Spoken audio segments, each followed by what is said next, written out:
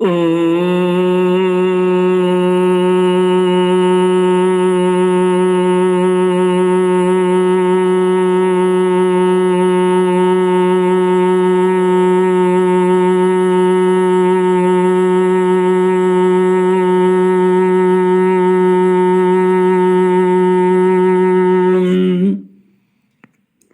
श्री गुरुचरण कमलेभ्यो नमः। श्री गणेशाय नमः। श्री सरस्वत्यै नमः। श्री विष्णवे नमः। श्री कृष्ण गोविंद हरे मुरारे, ये नाथ नारायण वासुदेव। श्री कृष्ण गोविंद हरे मुरारे, ये नाथ नारायण वासुदेव। हे नाथ नारायण वासुदेव, हे नाथ नारायण वासुदेव, हे नाथ नारायण वासुदेव। श्री कृष्ण गोविंद हरे मुरारे, हे नाथ नारायण वासुदेव। ओम नमो भगवते वासुदेवाय। ओम नमो भगवते वासुदेवाय। ओम नमो भगवते वासुदेवाय। ओम नमो भगवते वासुदेवाय। ओम नमो भगवते वासुदेवाय। ओम नमो भगवते वासुदेवाय। कृष्णाय वासुदेवाय हरये परमात्मने प्रणतक्लेशनाशाय गोविन्दाय नमो नमः। कृष्णाय वासुदेवाय देवकी नंदनाय च नंदगोपकुमाराय गोविन्दाय नमो नमः। सच्चिदानंद रूपाय विश्वोत्पत्त्यादिहेतुवे तापत्रय विनाशाय श्री कृष्णाय वयं नमः।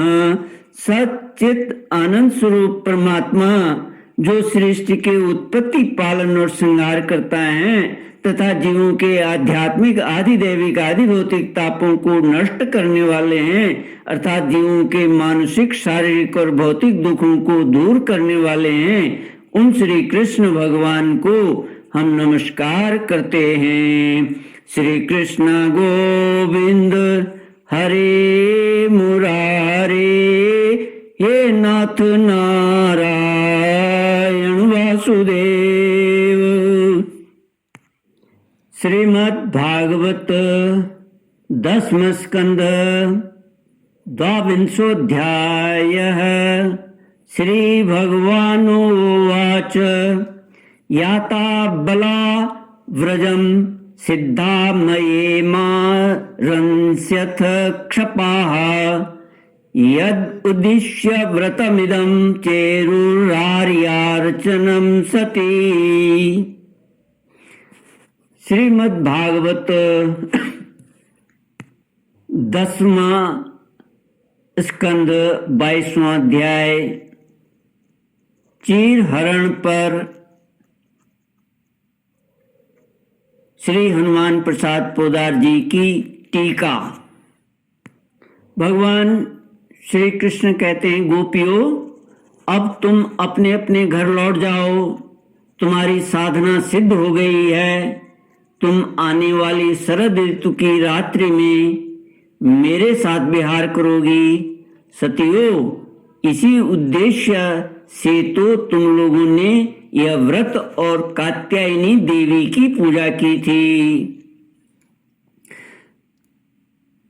चीर हरण के प्रसंग पर श्री हनुमान प्रसाद जी पोदार जी लिखते हैं कि चीर हरण पर तरह तरह की शंकाएं की जाती हैं, अतः इस संबंध में कुछ विचार करना आवश्यक है।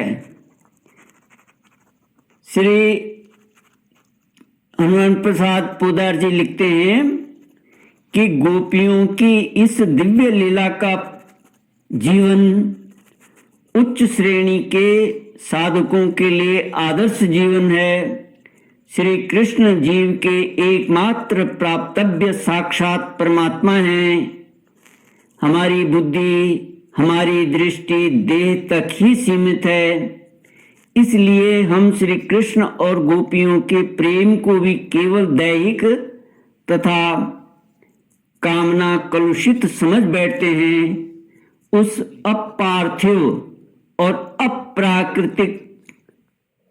अप्राकृत लीला को इस प्रकृति के राज्य में घसीट लाना हमारी स्थूल वासनाओं का हानिकारक परिणाम है। जीव का मन भोगाभिमुख वासनाओं से और तमोगुणी प्रवृत्तियों से अभिभूत रहता है। वह विषयों में ही इधर से उधर भटकता रहता है और अनेकों प्रकार के रोग शोक से आक्रांत रहता है। जब कभी पुण्य कर्मों के फल उदय होने पर भगवान की अचिंत्य अहेतु की कृपा से विचार का उदय होता है, तब जीव दुख ज्वाला से त्राण पाने के लिए और अपने प्राणों को शांतिमय धाम में पहुंचाने के लिए उत्सुक हो उठता है। वह भगवान के लीला धामों की यात्रा करता है, सत्संग प्राप्त करता है और उसके हृदय की छटपटी आकांक्षा को लेकर जो अब तक सुप्त थी, जगकर बड़े वेग से परमात्मा की ओर चल पड़ती है।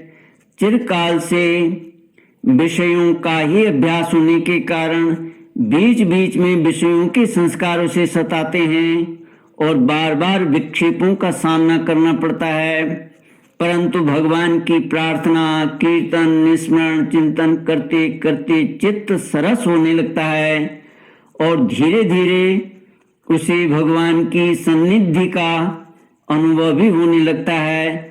थोड़ा सा रस का अनुभव होते ही चित्त बड़े वेग से अंतर्देश में प्रवेश कर जाता है और भगवान मार्गदर्शक के रूप में संसार सागर से पार ले जाने वाली नाव पर केवट के रूप में अथवा यूं कहें कि साक्षात चित्त स्वरूप गुरुदेव के रूप में प्रकट हो जाते हैं। ठीक उसी क्षण अभाव, अपूर्णता और सीमा का बंधन नष्ट हो जाता है। विशुद्ध आनंद, विशुद्ध ज्ञान की अनुभूति होने लगती है। गोपियां जो अभी अभी साधन सिद्ध होकर भगवान की अंतरंग लीला में प्रविष्ट होने वाली हैं, चिरकाल से श्री कृष्ण के प्राणों में अपने प्राण मिला देने के लिए उत्कंठित हैं, सिद्धि लाभ के समीप पहुंच चुकी हैं अथवा जो नित्य सिद्धा होने पर भी भगवान की इच्छा के अनुसार उनकी दिव्य लीला में सहयोग प्रदान कर रही हैं, उनके हृदय के समस्त भावों के एकांत ज्ञाता श्री कृष्ण बांसुरी बजाकर उन्हें आकृष्ट करते हैं और जो कुछ उनके हृदय में बचे खुचे पुराने संस्कार हैं, मानो उन्हें धो डालने के लिए साधना में लगाते हैं। उनकी कितनी दया है, वे अपने प्रेमियों से कितना प्रेम करते हैं, यह सोचकर चित्त मुग्ध हो जाता है, गदगद हो जाता है। श्री कृष्ण गोविंद हरे मुरारे, हे नाथ नारायण वासुदेव। श्री कृष्ण गोपियों के वस्त्रों के रूप में उनके समस्त संस्कारों के आवरण अपने हाथ में लेकर पास ही कदम के वृक्ष पर चढ़कर बैठ गए। गोपियां जल में थीं, वे जल में सर्वव्यापक सर्वदर्शी भगवान श्री कृष्ण से मानो अपने को गुप्त समझ रही थी। वे मानो इस तत्व को भूल गई थीं कि श्री कृष्ण जल में ही नहीं हैं, स्वयं जल स्वरूप भी वही हैं। उनके पुराने संस्कार श्री कृष्ण के सम्मुख जाने में बाधक हो रहे हैं। वे श्री कृष्ण के लिए सब कुछ भूल गई थी, परंतु अब तक अपने को नहीं भूली थी। वे चाहती थी केवल श्री कृष्ण को, परंतु उनके संस्कार बीच में एक पर्दा रखना चाहते थे। प्रेम प्रेमी और प्रियतम के बीच में एक पुष्प का भी पर्दा नहीं रखना चाहता। प्रेम की प्रकृति है सर्वदा व्यवधान रहित, अबाध और अनंत मिलन। जहाँ तक अपना सर्वस्व, इसका विस्तार चाहे जितना हो, प्रेम की ज्वाला में भस्म नहीं कर दिया जाता। वहां तक प्रेम और समर्पण दोनों ही अपूर्ण रहते हैं। इसी अपूर्णता को दूर करते हुए शुद्ध भाव से प्रसन्न हुए, शुद्ध भाव प्रसादित श्री कृष्ण ने कहा कि मुझसे अनन्य प्रेम करने वाली गोपियों, एक बार, केवल एक बार अपने सर्वस्व को, अपने को भी भूलकर मेरे पास आओ तो सही।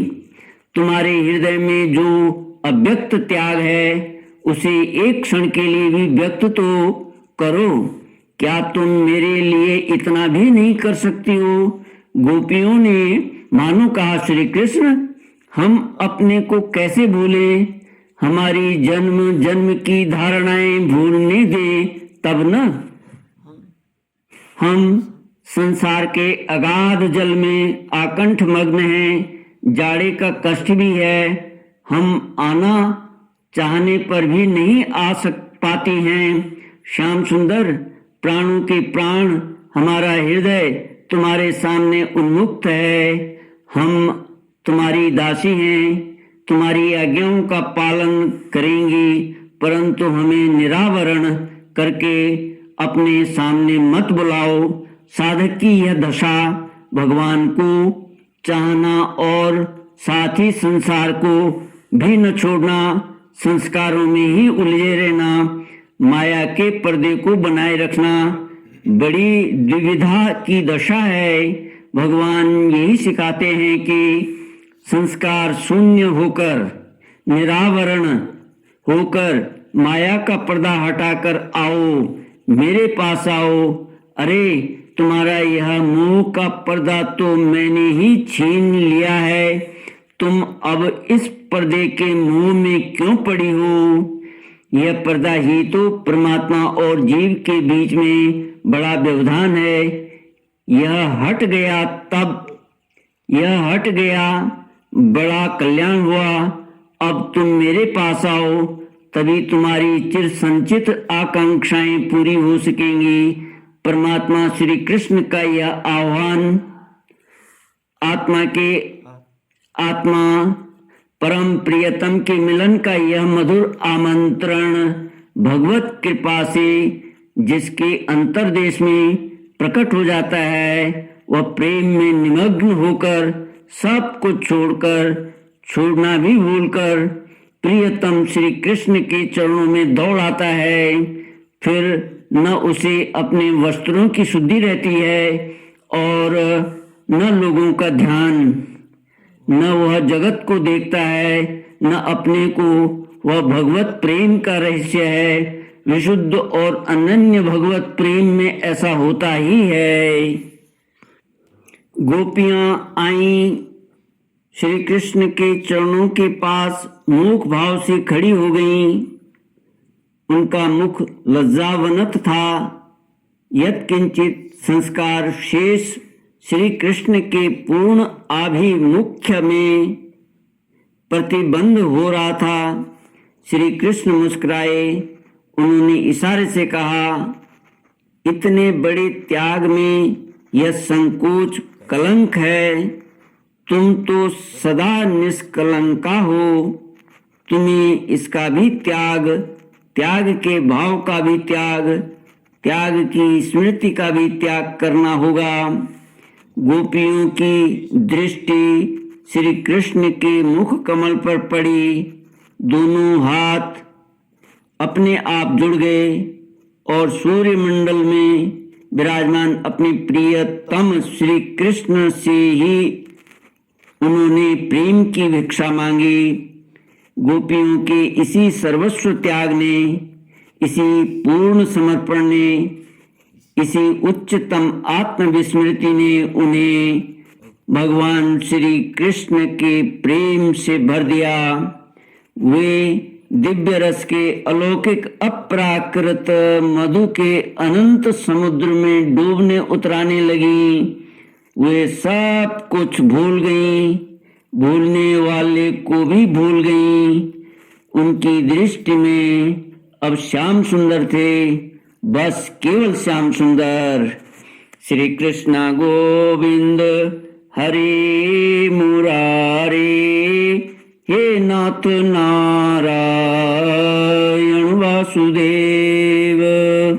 ओम पूर्णमद पूर्णमिदं पूर्णात् पूर्णमुदच्यते पूर्णस्य पूर्णमादाय पूर्णमेवावशिष्यते। ओम शांति शांति शांति। हरि ओम। श्री गुरुभ्यो